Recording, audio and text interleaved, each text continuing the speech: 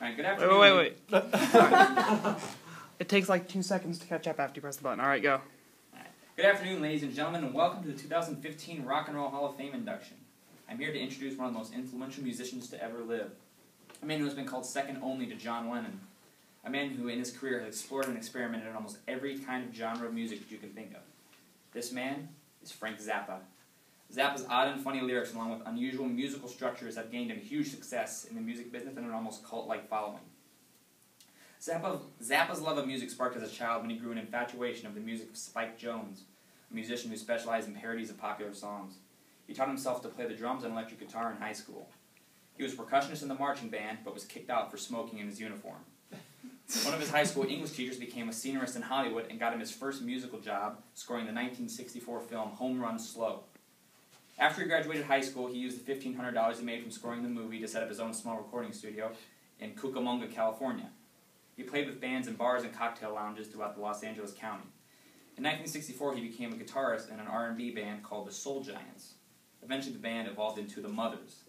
Under a new manager, the band was signed to a record contract with MGM in 1965, but was forced to change their name to the Mothers of Invention due to the obscene slang connotation of the word mothers. The Mothers of Invention went on to release 16 critically acclaimed albums, but Zappa also went on to do a lot of solo work.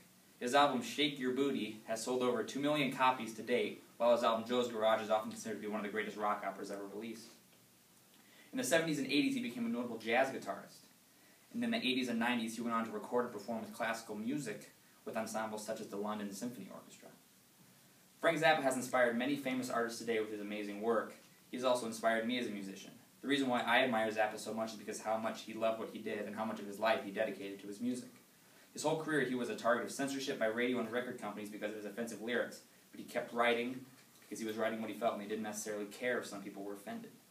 And I highly respect him for that. Also, his willingness and ability to experiment in multiple genres has inspired me to do the same thing. He'll always be one of my main influences as a musician.